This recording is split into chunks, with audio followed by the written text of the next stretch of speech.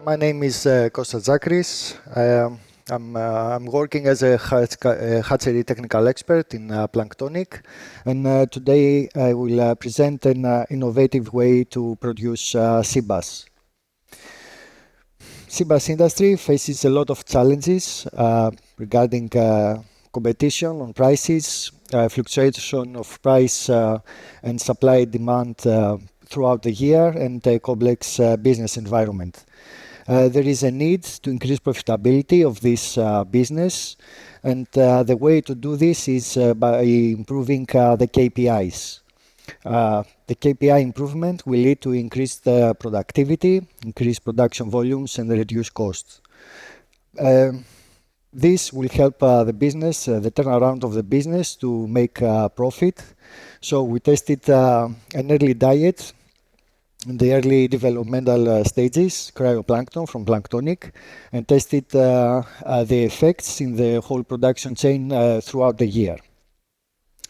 We had three experimental protocols. The first was cryo dry, that is cryoplankton, the offspring of the barnacles, and dry feed, cryoartemia, that is co-feeding of barnacle naphthalate with artemia and dry feed, and finally Ifremer's standard protocol, the control one, which is very close to the French approach of producing sea bass. It involves artemia and dry feed.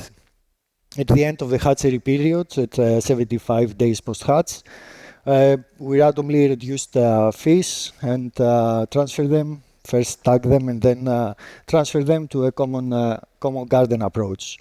That method has the advantage of sharing environmental parameters and feeding regime, feeding availability, so it excludes the random effects that can have in a trial like this.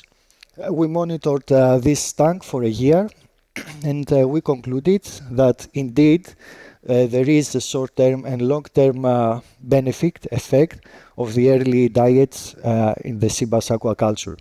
At the end of the hatchery period, at 75 days post-hatch, we had 60% higher growth for the cryo-dry treatments and 49% for the cryoartemia compared to the control.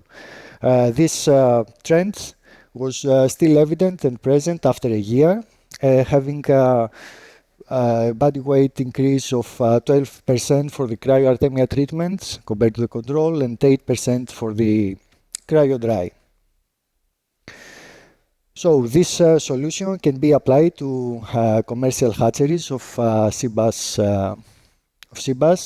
Hatcheries can be benefited from the short-term benefits, higher growth, better quality, decreased deformities, and simplicity of operation, and also hatcheries from research institutes that have already available feeds to produce their larvae on demand without having to keep complex parallel cultures as are rotifers and artemia.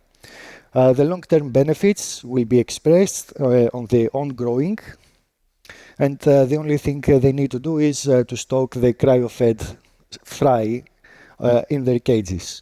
Cryoplankton is already used for several species throughout the world, and we have documented comparable outcomes through industries. The impact, based on the results we have from this trial, we calculated that the needed FTE for the live feed department can be reduced by 41%, and that is only with rotifer, only artemia production without any rotifers. This figure could go up in case we use rotifers. We had 6% more fish in the on-growing due to decreased mortalities. That this one helped dilute fixed cost of the on-growing to a larger population of fish. We have a shortening of production cycle by 8 to 12% that help further decrease the fixed cost. And finally, we have a decrease of the coefficient of variance at harvest by 5%. This one increases the profit of the farmer because they have more fish in the desired category. All this impact can turn or can be translated into financial benefits. Here we can see the cumulative cost of sea bass farming in hatcheries. If we start with a base price of the fry at 13 cents, then by simply substituting the feeds with cryoplankton, we go to 0.14. That is a small increase, but if we include the benefits that are the higher growth and decreased deformities, then we go to 0.11, 11 cents.